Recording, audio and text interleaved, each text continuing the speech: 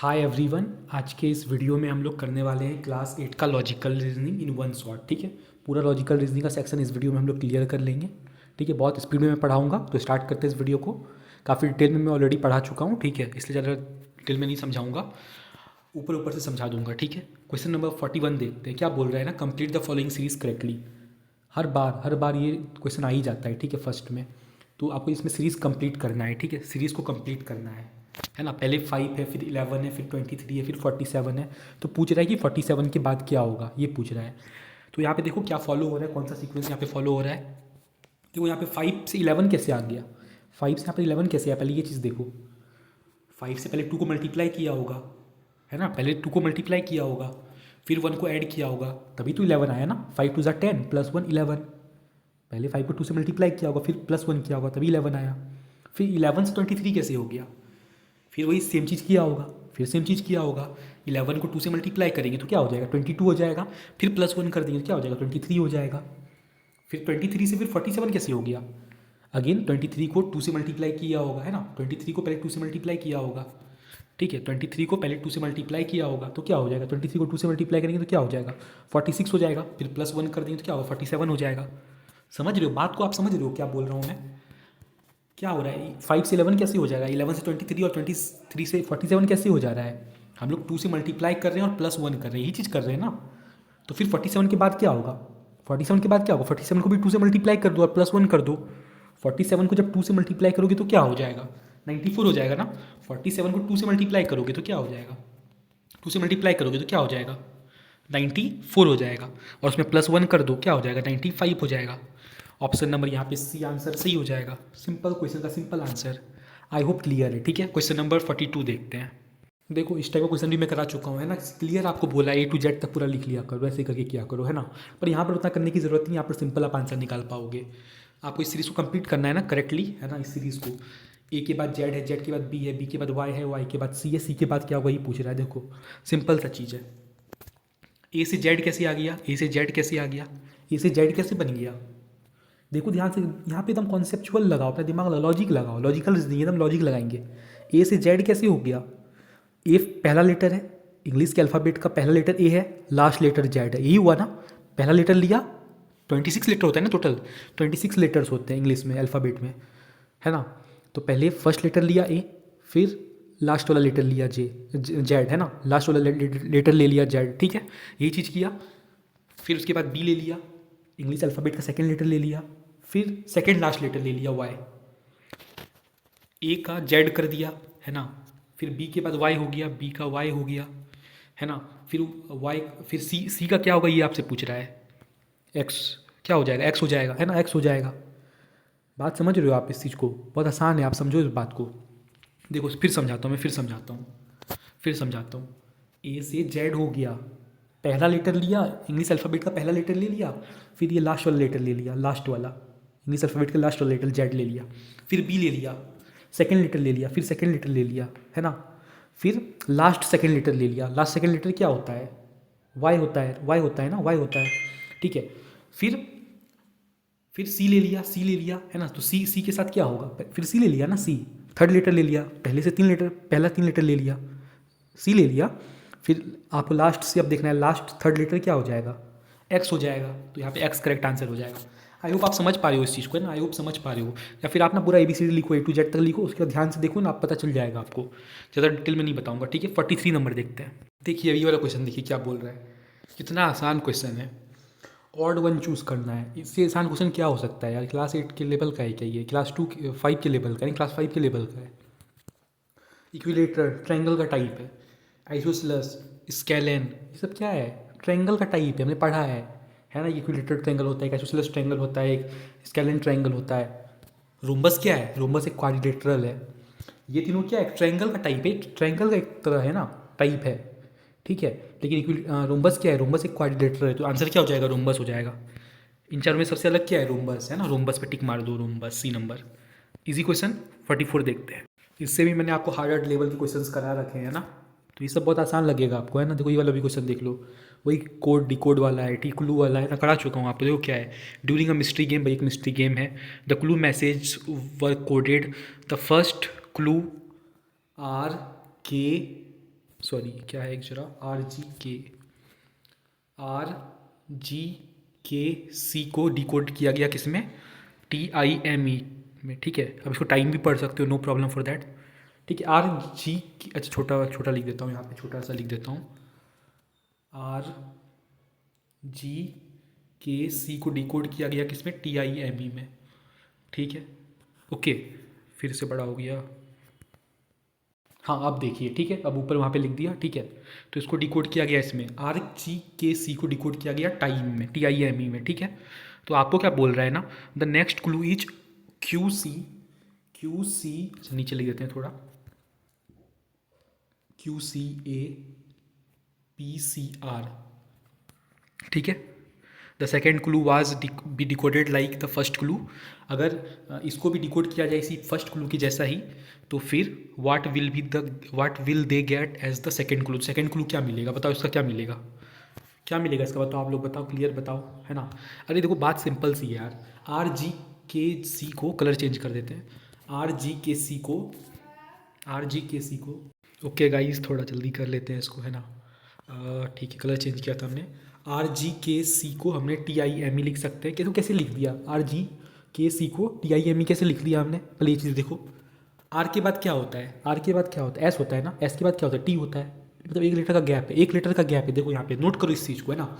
जी के बाद क्या होता है, एच होता है, एच के बाद क्या होता है, आई होता है, एच नहीं लिखा, आई लिखा गया है, 1 लीटर का गैप है, हर एक में 1 लीटर का गैप है। के बाद क्या होता है, मुझे नहीं पता क्या होता है, आप देख लेना, लेकिन 1 लीटर का गैप है, 1 लीटर का गैप है, के बाद एम लिख दिया गया, ठीक है। सी के बाद क्या होता है, सी के बाद तो डी होता है, सबको पता है, लेकिन यहाँ पे क्या लिखा है, ई लिखा गया है, सी की जगह पर क्या लिखा गया है, ई लिखा गया है, 1 लीटर का गैप है।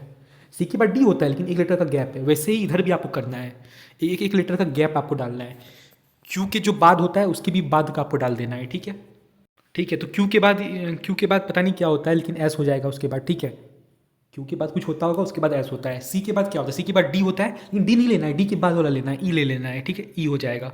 ए के बाद तो बी होता है, लेकिन बी नहीं लेना है, सी ले लेना है, ऐसे एक एक गैप करके जाओ, हो गया सिंपल क्वेश्चन का सिंपल आंसर, ठीक है। फिर यहाँ पे आर हो जाएगा, ई हो जाएगा, टी हो जाएगा, ठीक है। मैच कर लेना आप लोग इधर से, है ना। पी के बाद क्या बोल रहा हूँ मैं, पी के बाद कहाँ गया, पी था क्या, QCAPCR, ओके।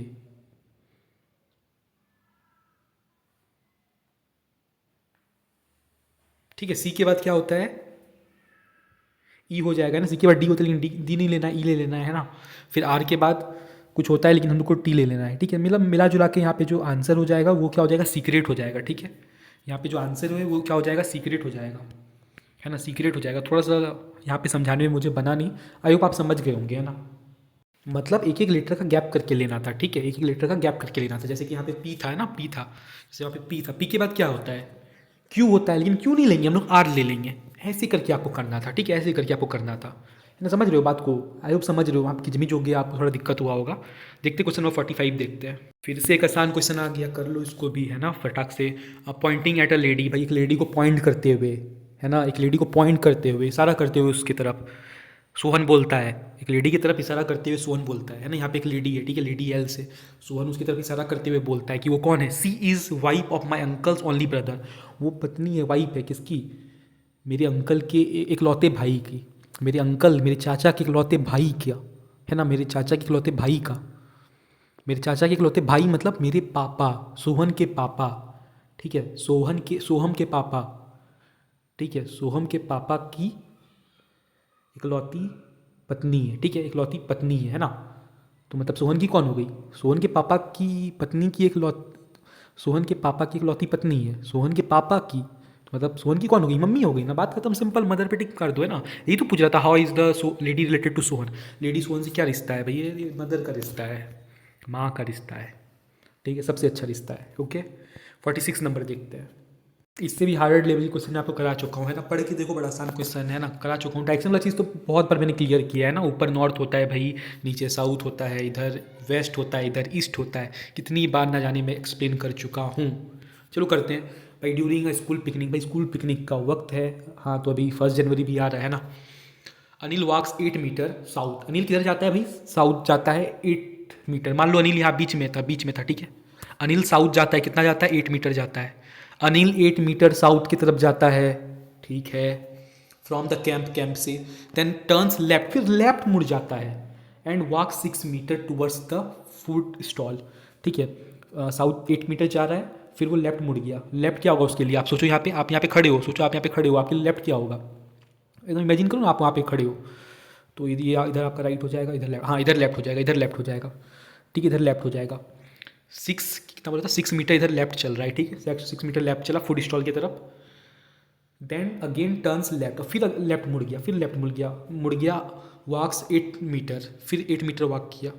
लेफ्ट क्या होगा इसके लिए, इधर तो फिर राइट हो जाएगा, उधर ऊपर लेफ्ट हो जाएगा ऊपर, तो फिर 8 मीटर ये ऊपर चला गया ना, 8 मीटर फिर उधर नॉर्थ की तरफ चला गया, ठीक है, एंड टर्न्स वॉक्स 8 मीटर, ठीक है, ये बोल दिया था, कुछ ने बोल दिया था 8 मीटर चला गया, ठीक है, लेफ्ट मुड़ के 8 मीटर फिर चला गया टू द गेम सेक्शन के पास चला गया।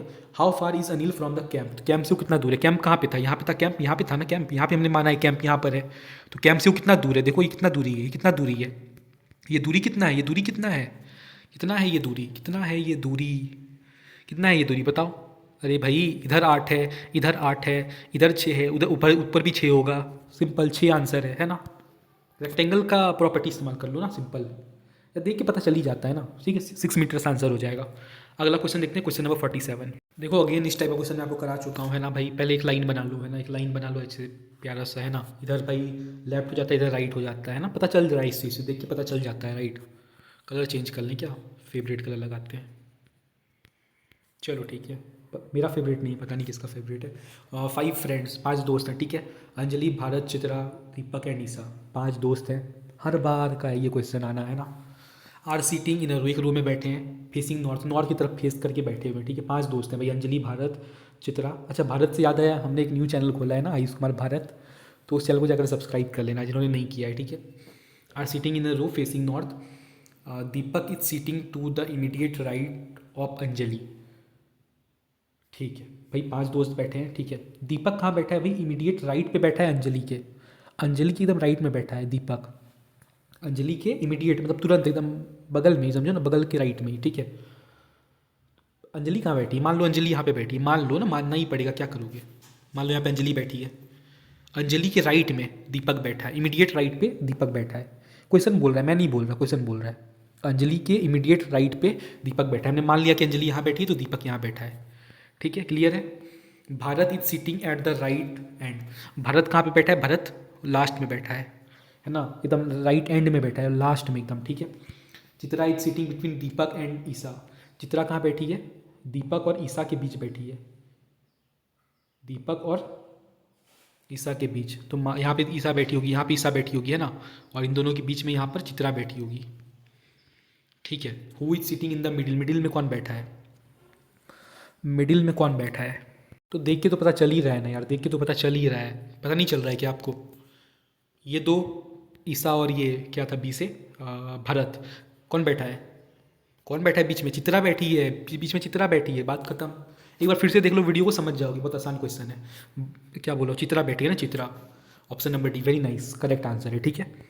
क्वेश्चन नंबर 48 देखते हैं, चलो अगेन सेम टाइप का क्वेश्चन है भाई, आप लोग इसको कर सकते हो, है ना।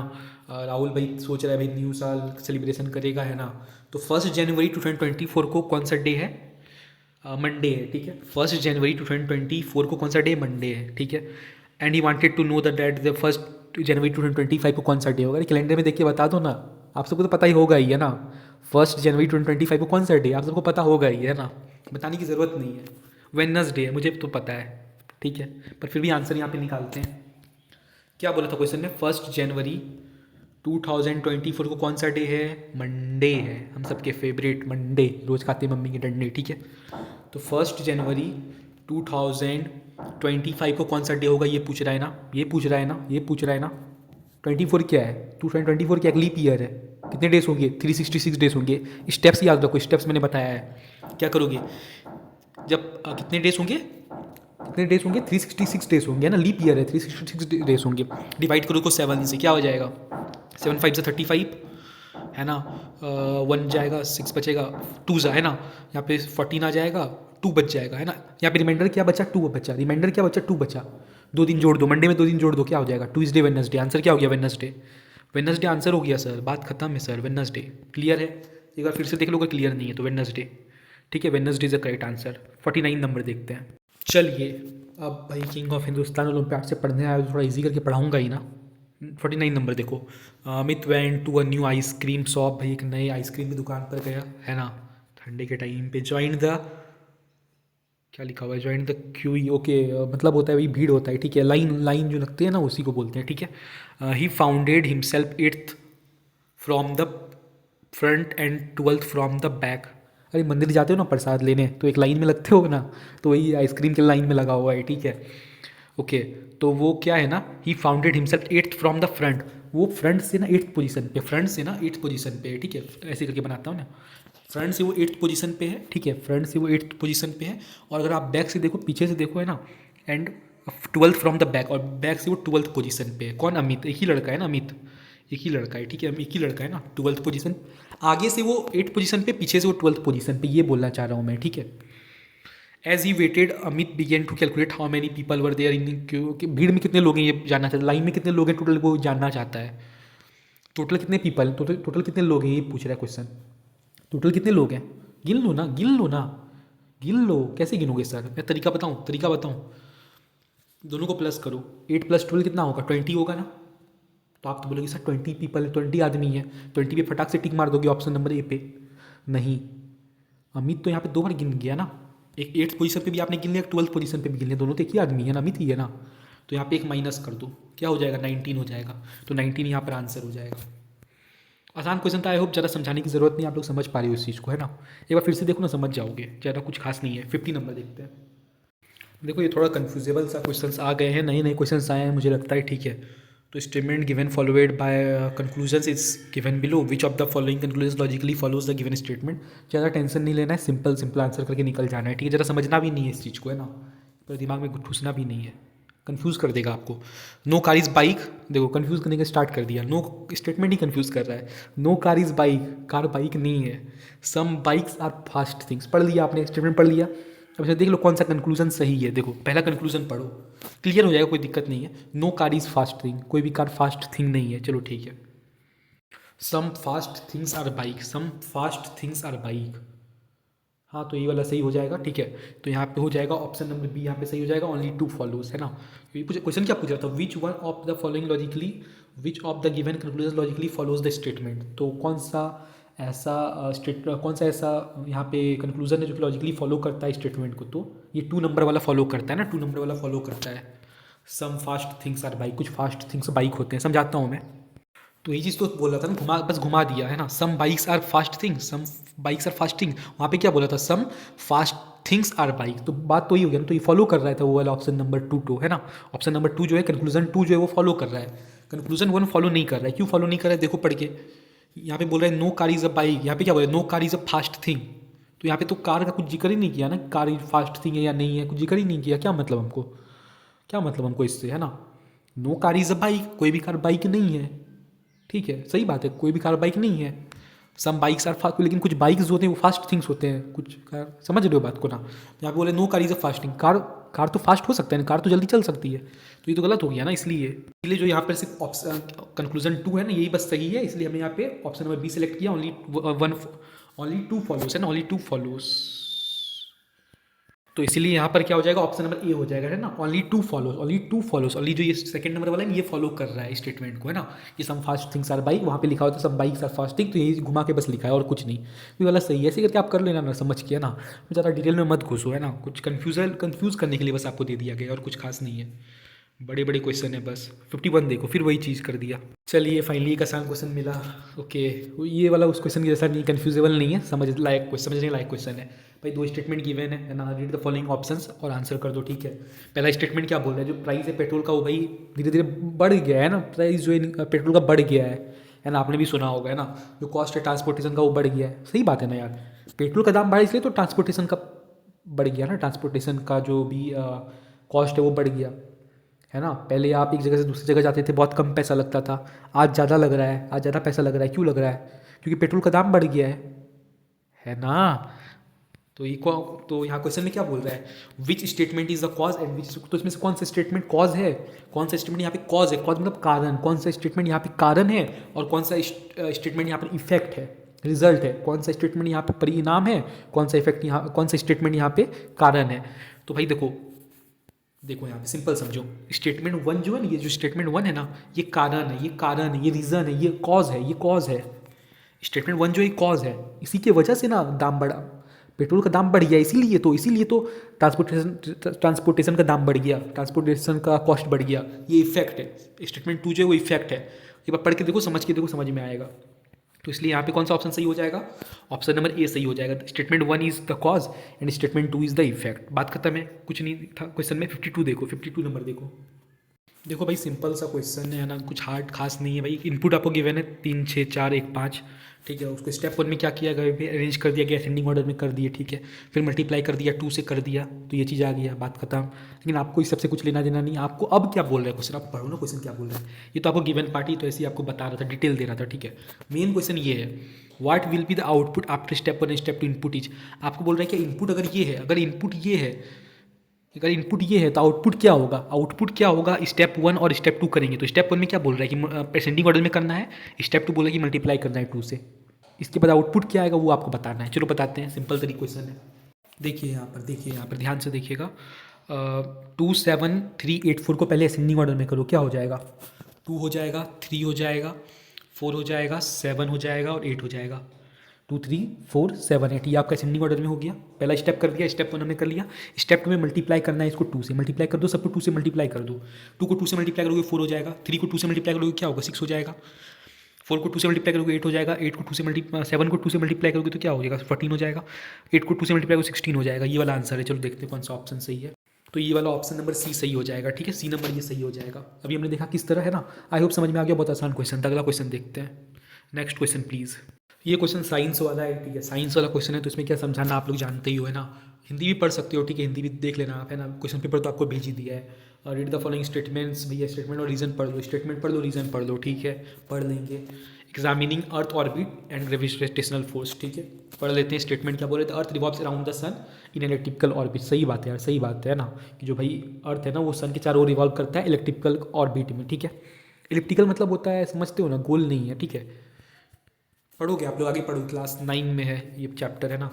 रीज़न क्या बोल रहा है, the gravitational force between the earth and the sun keeps the earth और keeps the earth in orbit. हाँ ये भी बात सही है, दोनों बात सही है, ठीक है।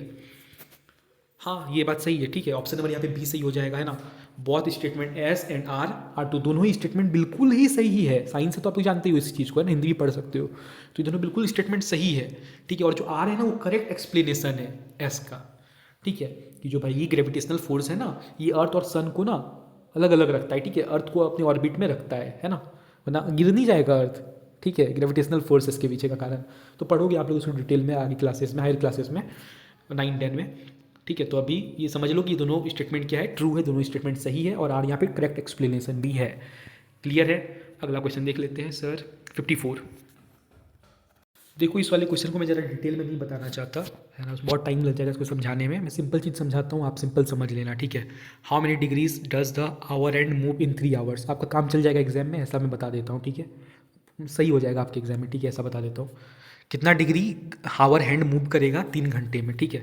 देखो समझो कि 1 घंटा में 3, ये चीज़ नोट करो, कहीं पर नोट करो, कहीं पर नोट करो। 1 घंटा में 30 डिग्री मूव करता है।